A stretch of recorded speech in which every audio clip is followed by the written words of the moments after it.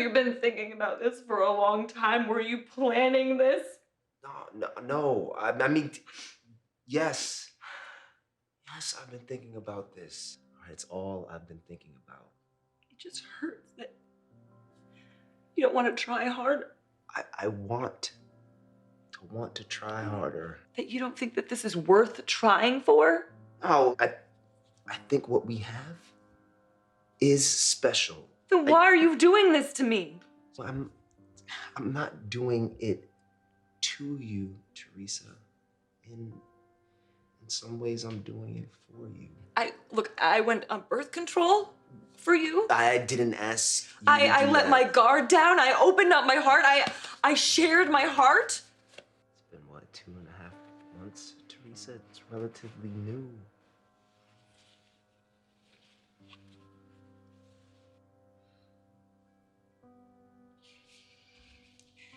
You said I love you. Well, I said me too.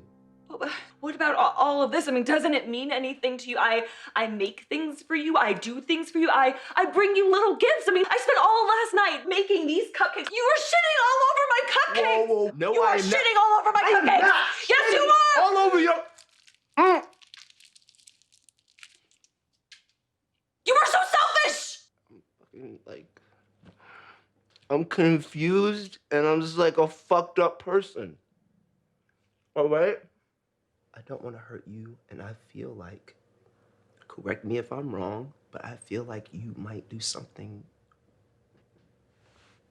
rash. Wait, hold on. You are scared that I am going to jump off of a bridge because of you? Is that a rhetorical question? You know what? Rebecca was right. You are a fucking shitty person. You live in a shithole. Hey.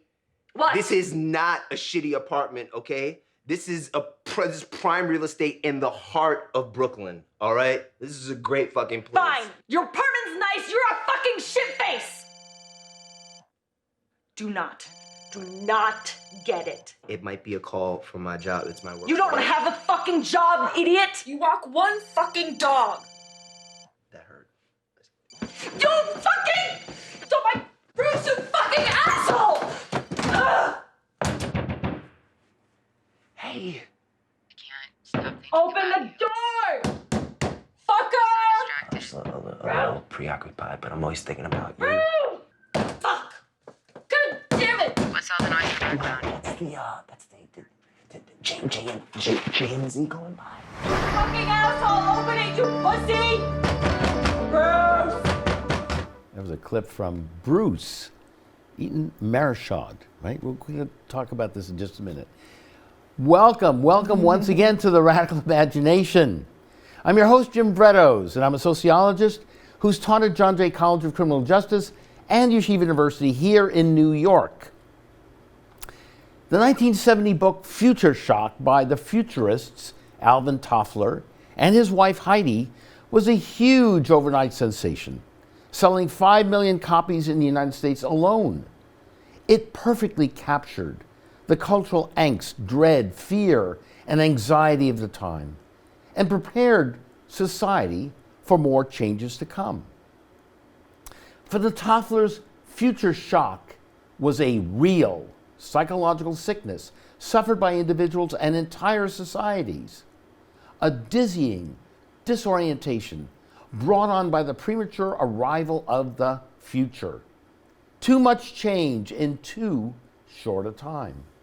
Nothing was seen as permanent anymore. They warned that unless intelligent steps are taken to combat it, millions of human beings will find themselves increasingly disoriented, progressively incompetent to deal rationally with their environments. And their diagnosis of 50 years ago has largely come true today. All around us, technology is altering the world. Social media is taking over journalism, politics, and even terrorist organizations. Inequality, driven in part by techno-abetted globalization, has created economic panic across much of the Western world. National governments are in ever-escalating war for dominance with a handful of the most powerful corporations the world has ever known, all of which happen to be tech companies. Bigger and bigger changes are just getting started. Artificial intelligence, gene editing, drones, better virtual reality, self-driving cars, battery-powered transportation systems, robot doctors, robot baseball umpires, family holidays in space, an end to work, colonialization of space, ecological devastation in all its manifest forms, brain science that will enable us to send memories, emotions, and feelings across the internet. The list might prove to be endless. Futurism as a serious political policy and scholarly undertaking has fallen out of favor, just as the pace of technology and change keeps increasing and just as societies need to think even more intelligently, ethically, and spiritually about long-term change. In 2007, 37 years after Future Shock, Naomi Klein's book, The Shock Doctrine, The Rise of Disaster Capitalism, was published, and it became one of the very few books of the day that helped us understand our dystopian present. Her major argument is that disaster is part of the normal functioning of the type of capitalism we have today. To quote her, an economic system that requires constant growth while bucking almost all serious attempts at environmental regulation generates a steady stream of disasters, all on its own, whether military, ecological, or financial. The appetite for easy, short-term profits offered by purely speculative investment has turned the stock, currency, and real estate markets into crisis creation machines.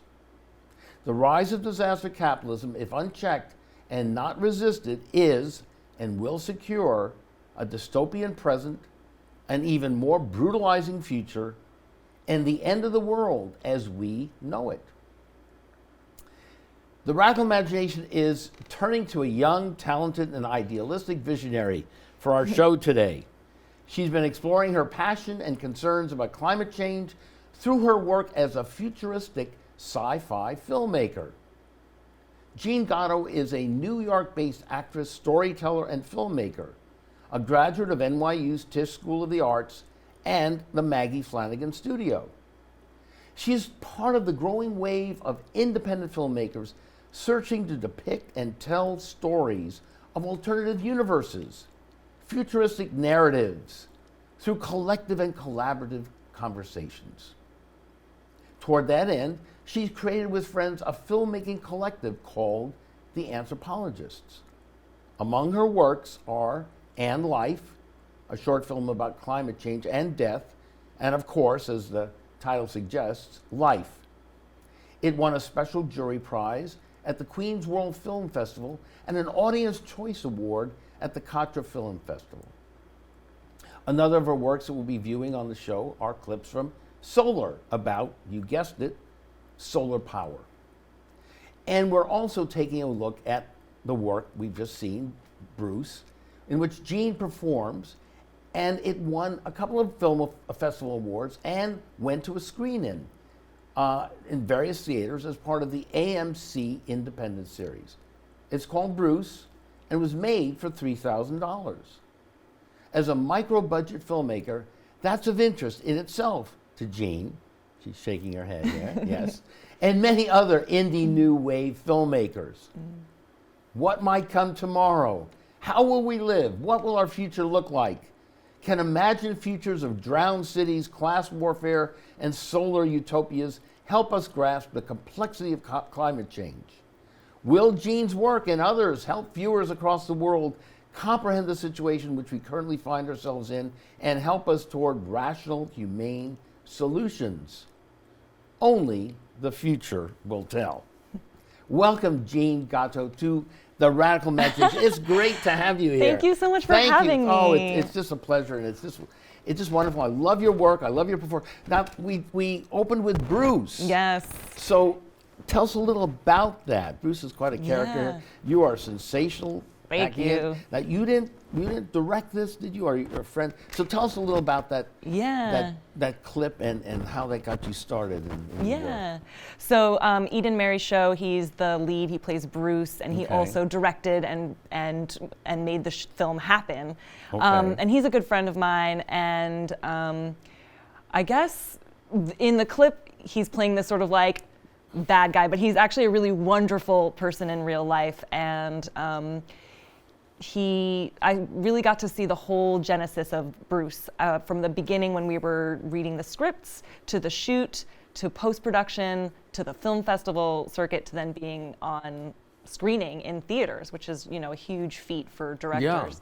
Yeah, sure. And it was really cool for me to see that whole process, and it made me feel like, oh, I can see how I can do this, how I can take a story and break it down into scenes, and literally how to shoot it. I mean, with friends, which is what Eden did. He got friends to help do everything. Really? And so that's why it was so inexpensive to shoot. And he was really creative about locations, about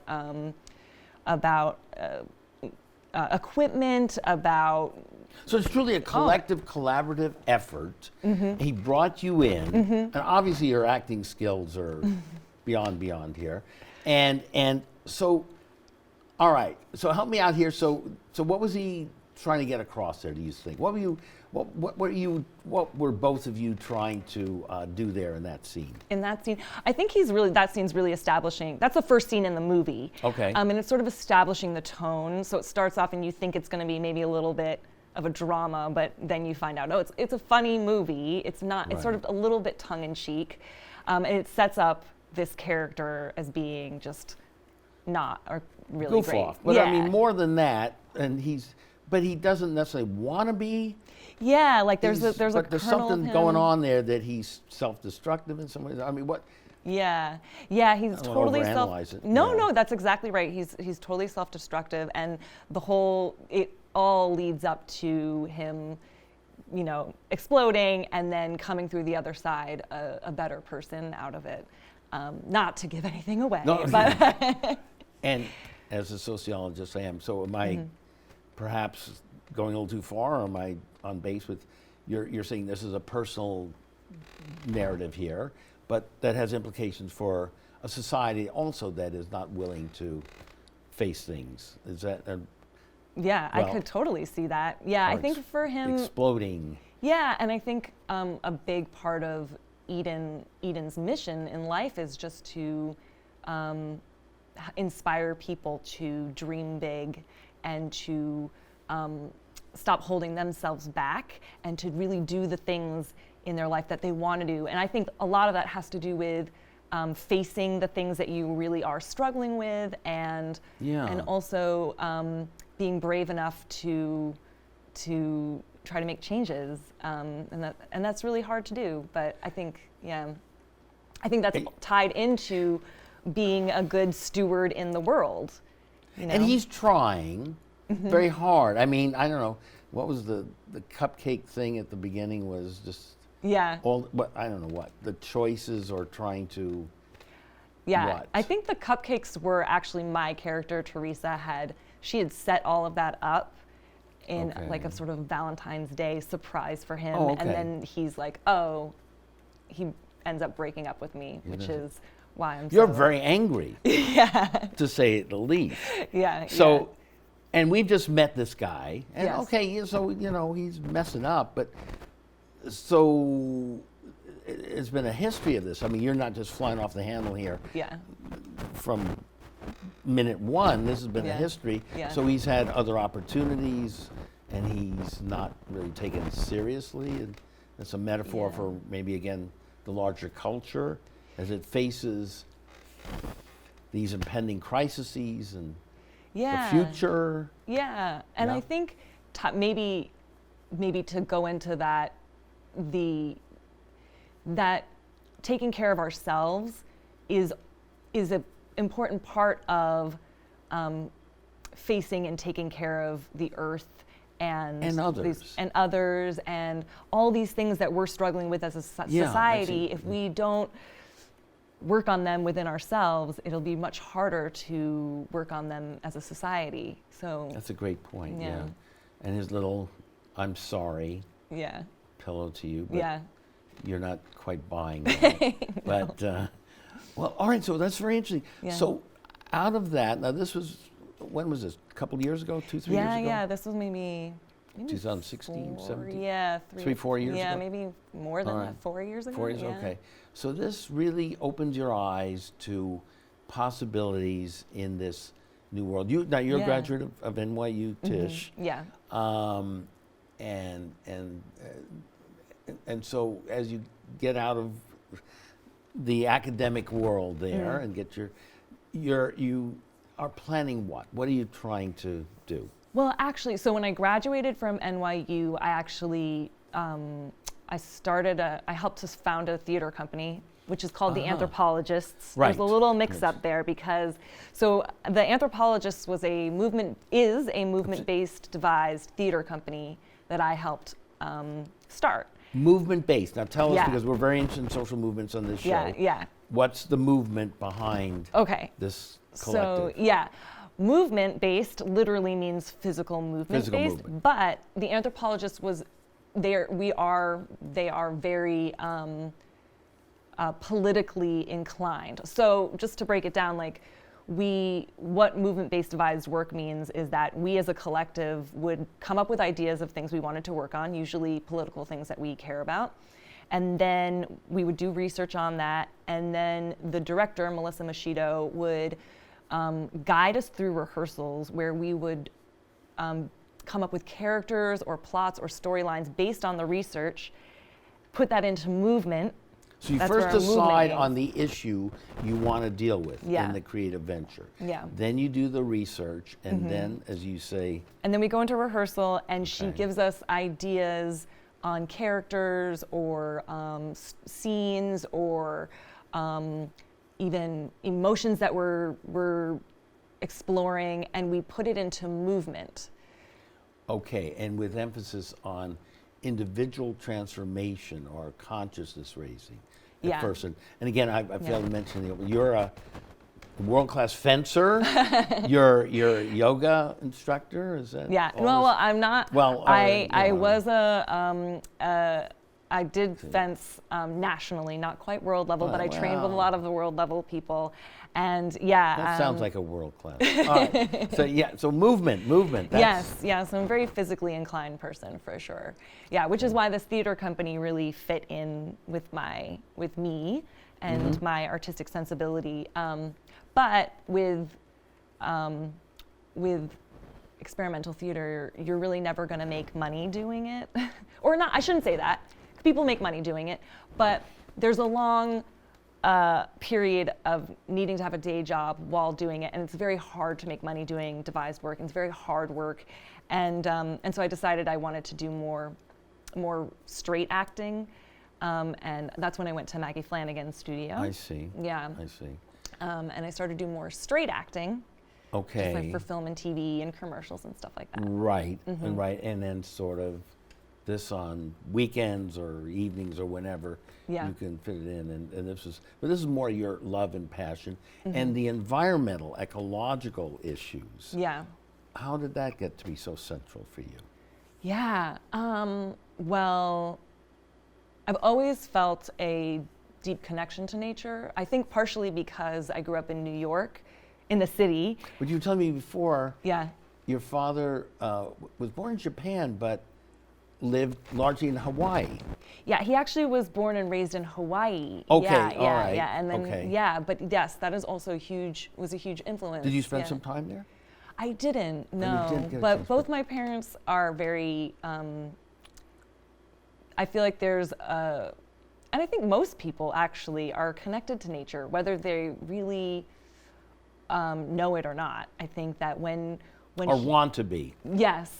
I think that when you get into nature and you allow yourself to be open to it, you're gonna feel connected, or it certainly brings you more centered and makes you more centered and brings you into a really nice place.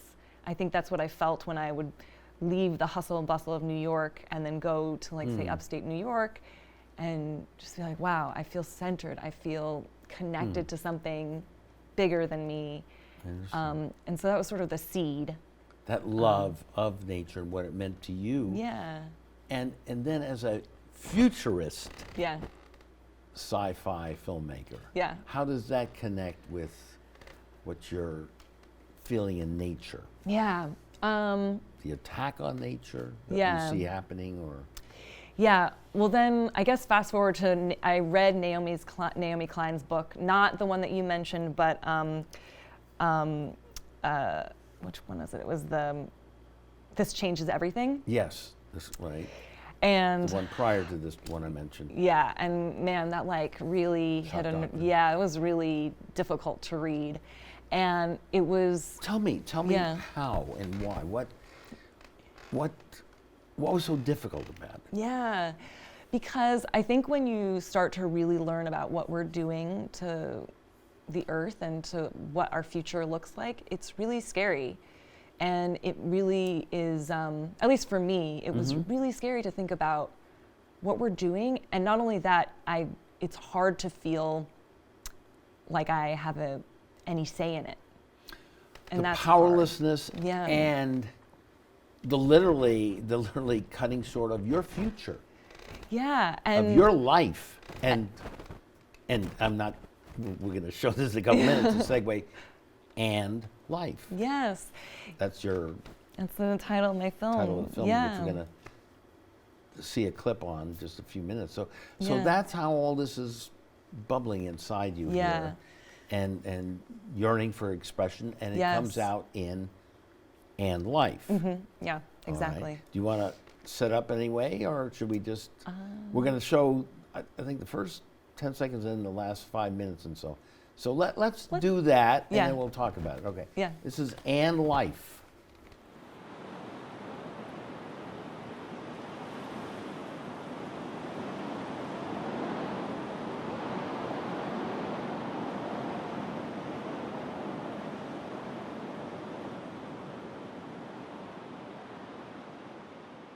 Well, is there anything I can do to speed things up?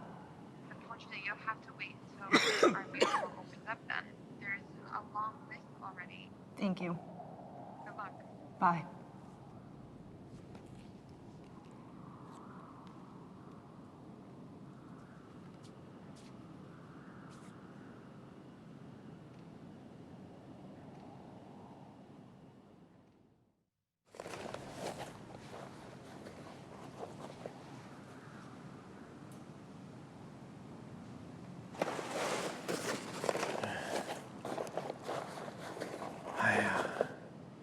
I wanted to be a veterinarian.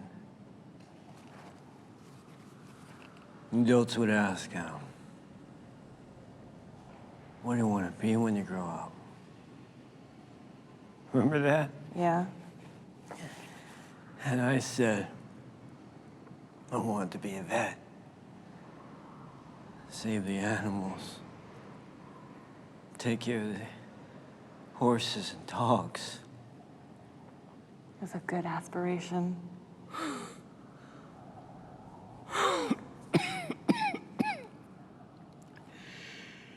It's getting harder to breathe.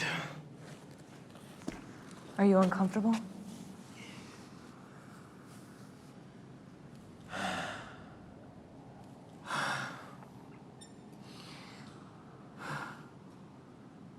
Are you scared? No, I'm not. We were so lucky, weren't we?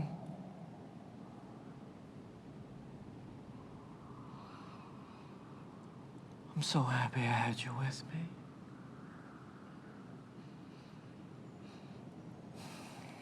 I am so happy that I had you with me. I only wish we could have had kids. Now you'll be all alone. My family line is ending. I'm not sad. Look at the life they would have had. As soon as the dust dies down, and if you can see anything at all at the monitor, it's good enough. You have to be decisive and just go. And, don't forget to check the solar charger before you light the burner. You always forget. And one of these days, you're gonna hurt yourself. Leon. Don't forget to track the iodine tablets. You never know when the lestral is gonna run out. Leon. I'm strong. I will be okay.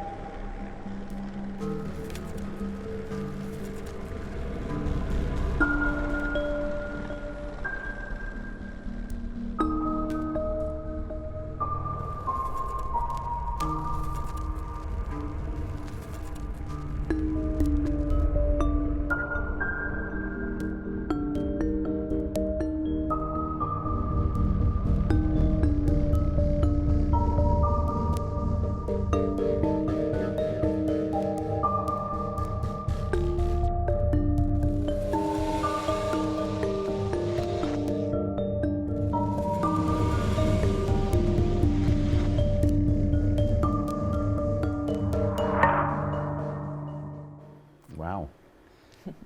The breadth of emotions there and feelings, and you're going from survival to this intense farewell and love, and then going, you're strong and pulling yourself together and going out to wherever now to try to carry on Yeah. for a better tomorrow, and so that's, wow.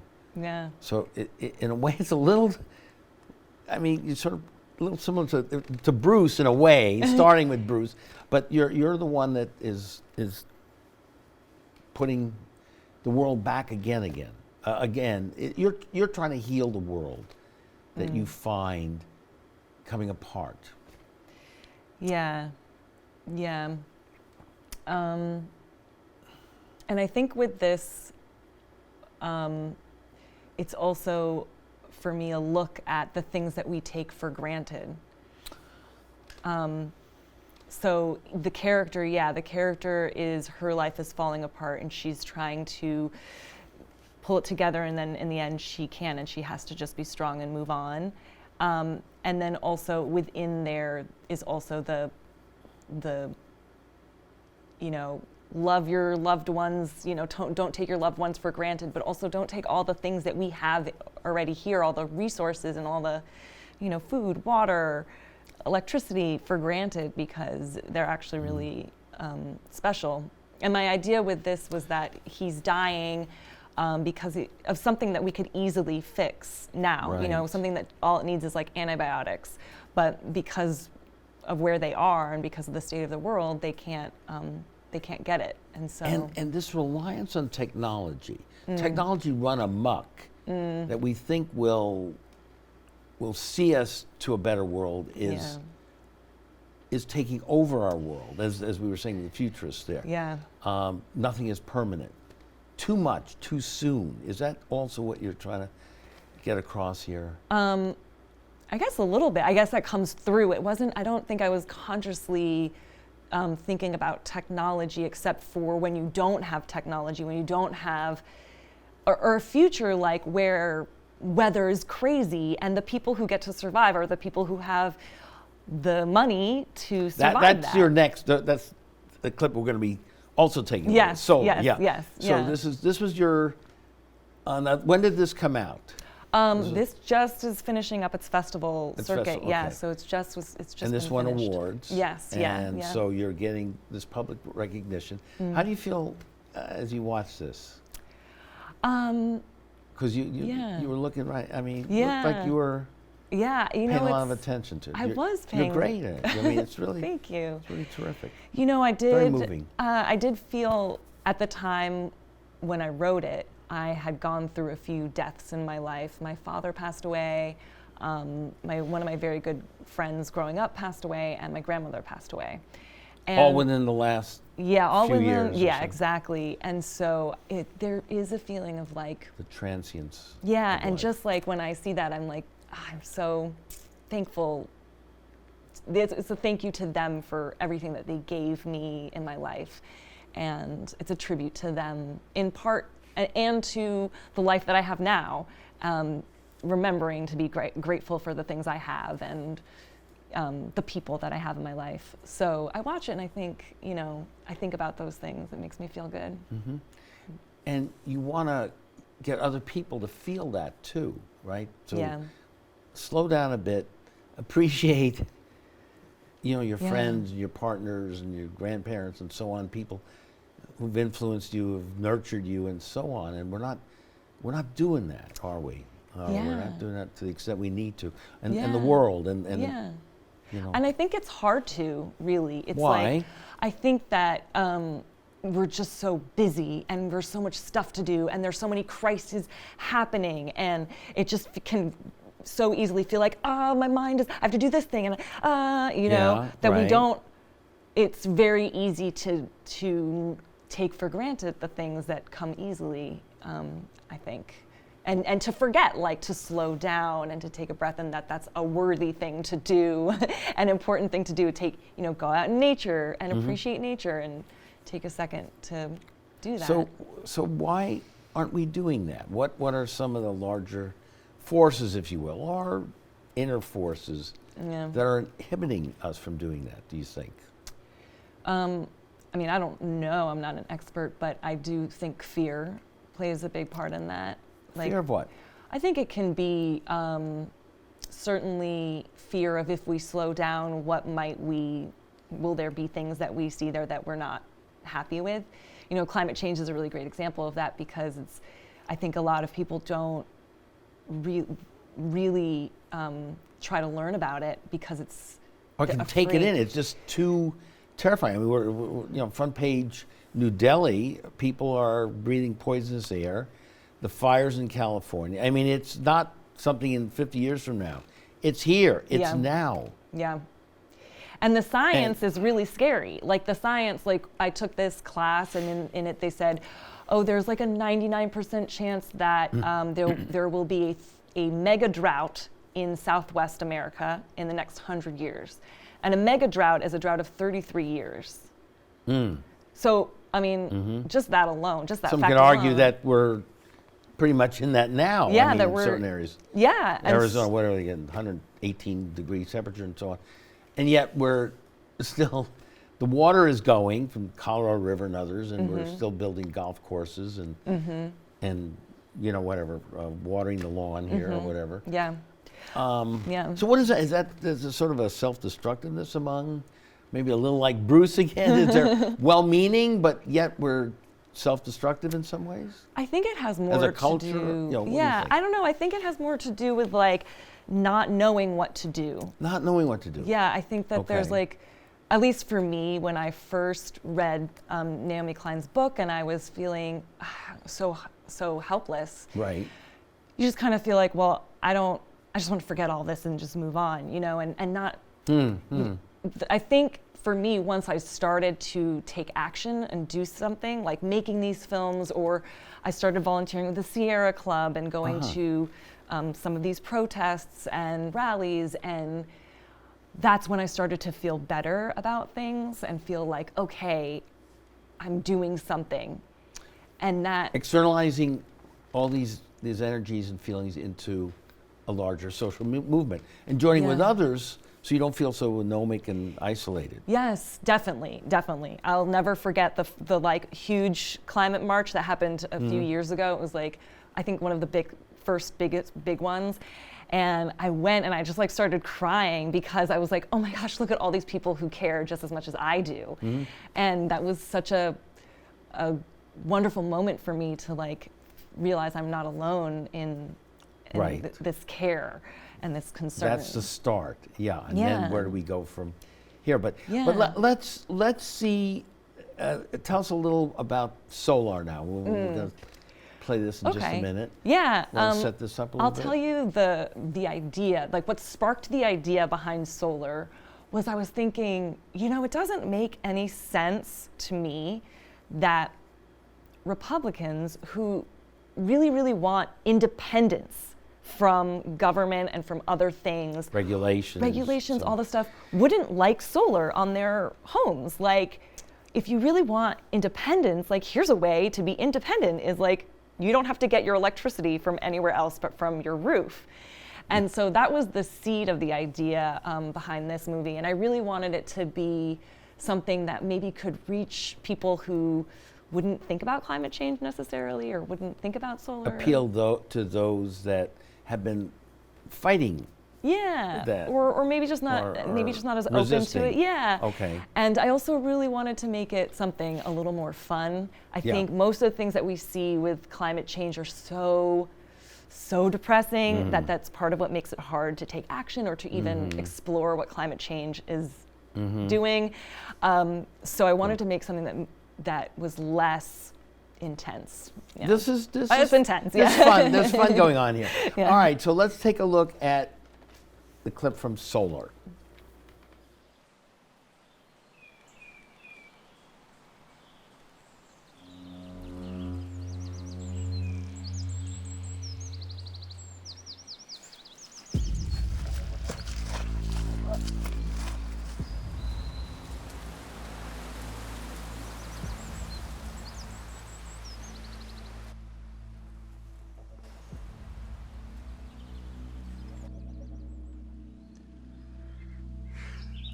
Three minutes.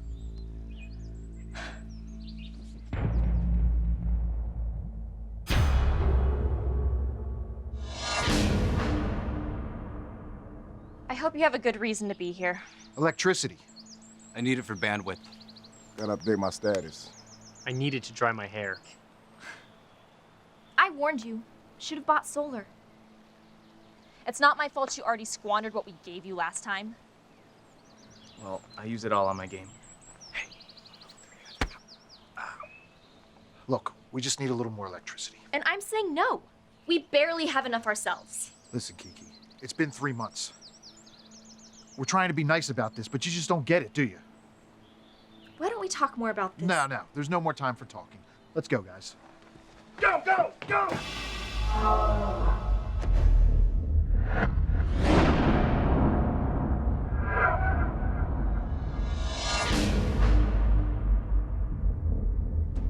Go, go, go, go!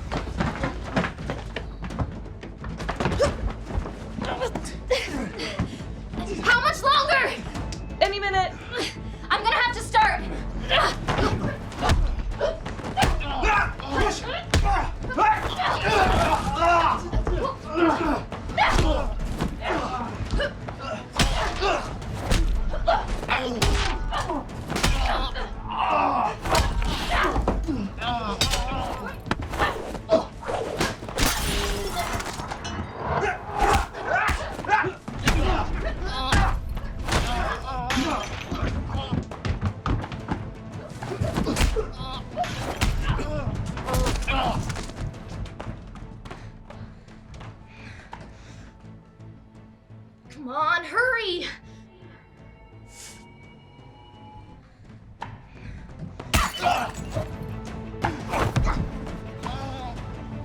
Now,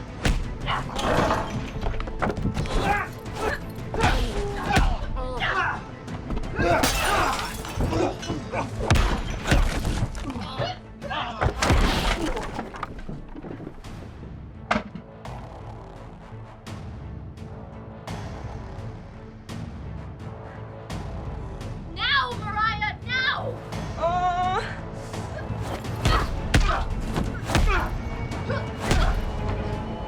Screw it. Electricity! Now! I got your electricity.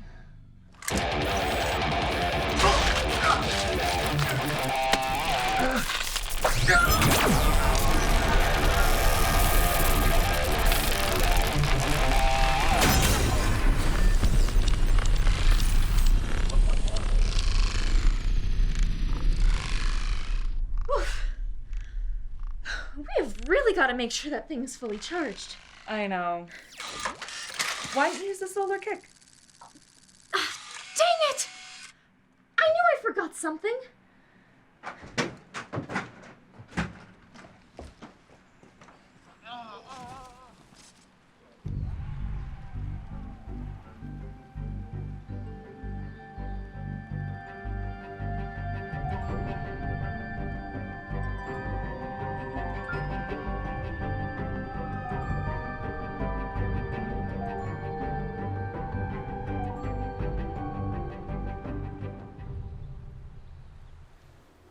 A lot going on there, right? Yeah. The struggle for survival, Yes.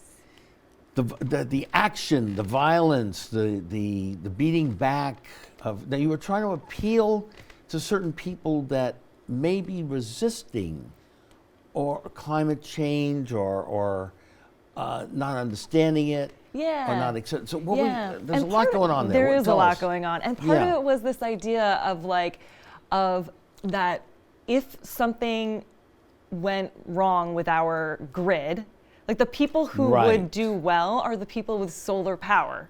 Who have Because the they're- material resources to really survive. And Yes. this gang of misfits here Yeah.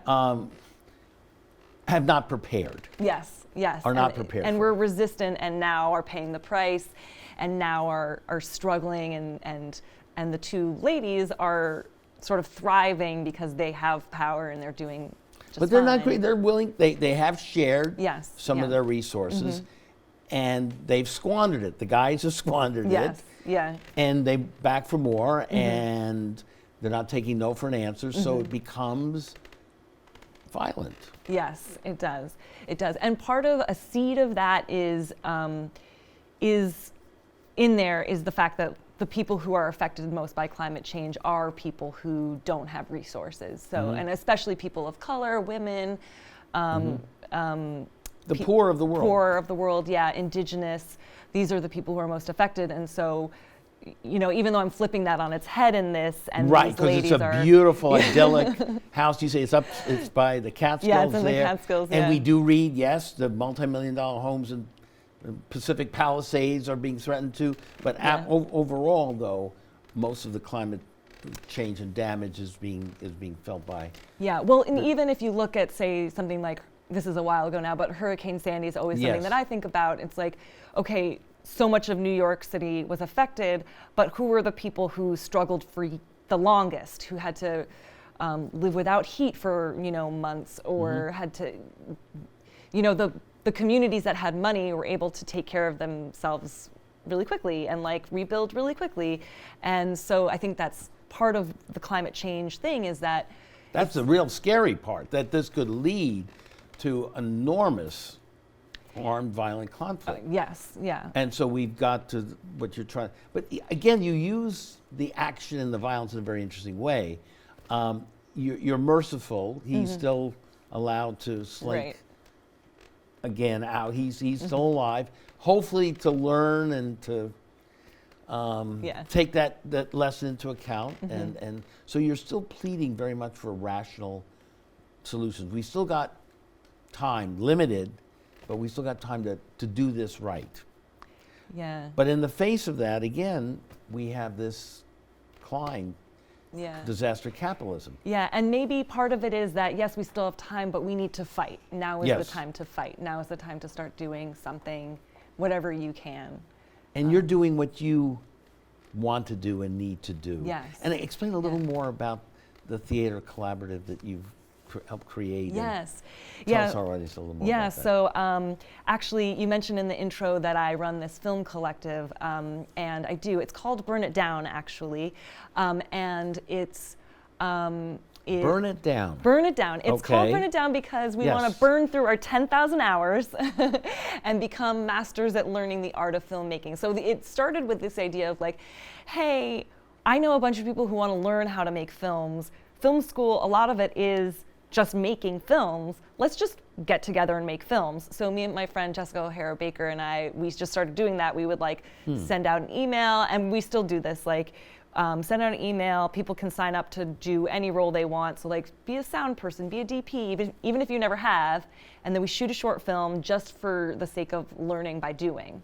And this season, it's our third season, and we started a new wing that's a little bit more polished. We're calling it the production wing. And it's a group of artists who are committed to shooting 2 films in the same manner, where we're maybe doing things that we haven't had 100% skill level at yet, but with the intention of trying to really up our game and make higher quality films, and also really work in a collective format where we're exploring on-set culture, collaborative culture, trying to...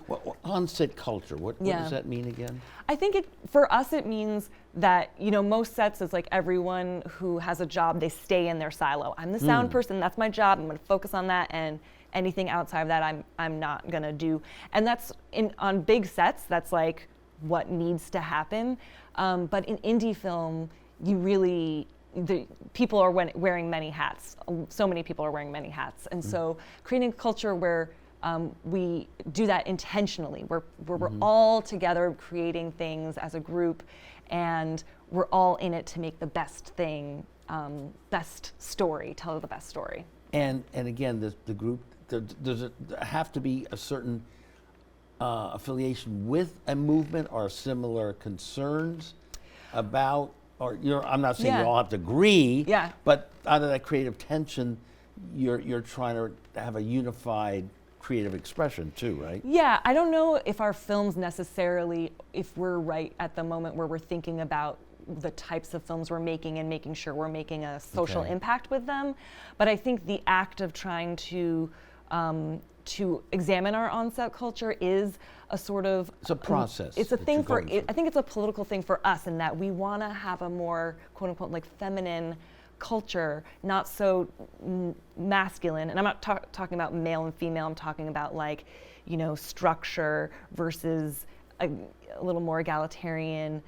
So that is part of our political exploration, if that's... makes sense. It does, and carry on that, because that's fascinating. I mean, more nurturing. What else are you trying to do with the feminist argument or perspective? Yeah, in that context, I think it's about creating space for not having things to be necessarily perfect, and creating space for that to be possible, and then B, really checking in with people. And being like, hey, do you have any problems? Can we help solve it together as a team?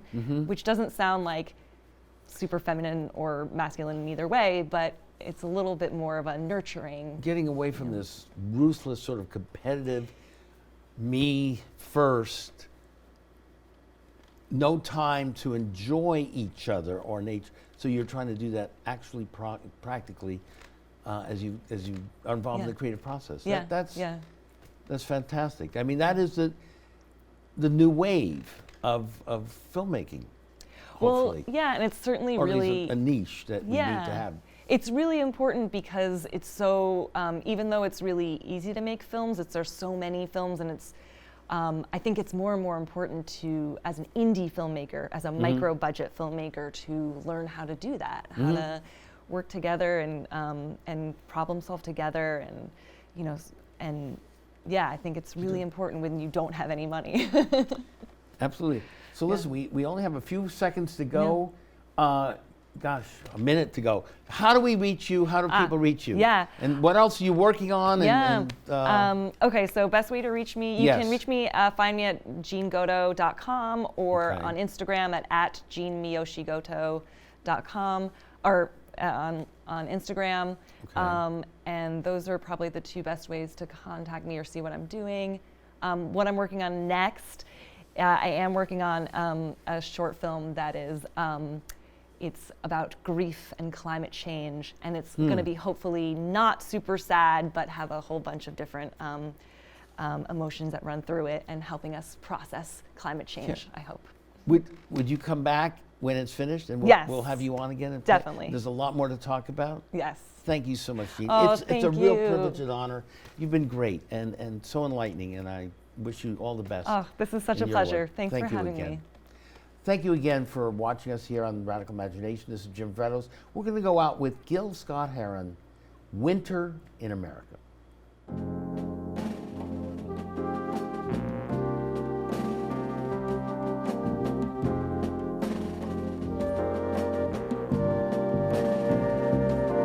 From the Indians who welcome the pilgrims, and to the buffaloes who once ruled the plain.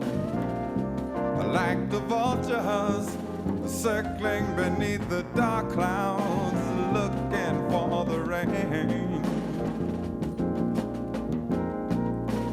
looking for the rain.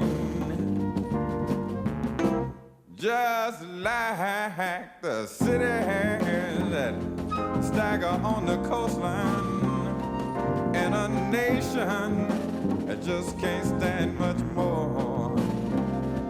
Like the forest buried beneath the highway, never had a chance to grow. Never had a chance to grow. And now it's winter. It's winter in America. Yes, and all of the healers have been killed or sent away. Yeah, but the people know it's winter. Winter in America,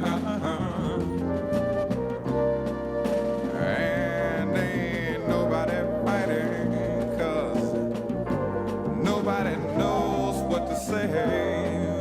Save your soul, Lord knows, from winter in America.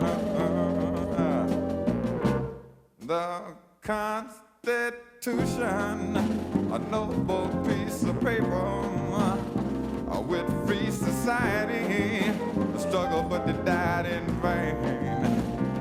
And now democracy is a ragtime on the corner, hoping for some rain. They look like either hoping for some rain. And I see the robins perched in barren treetops. They're watching last-ditch races marching across the floor. But just like the peace signs that vanished in our dreams, never had a chance to grow. Never had a chance to grow. And now it's winter. Winter in America, and all of the healers have been killed or betrayed. Yeah, but the people know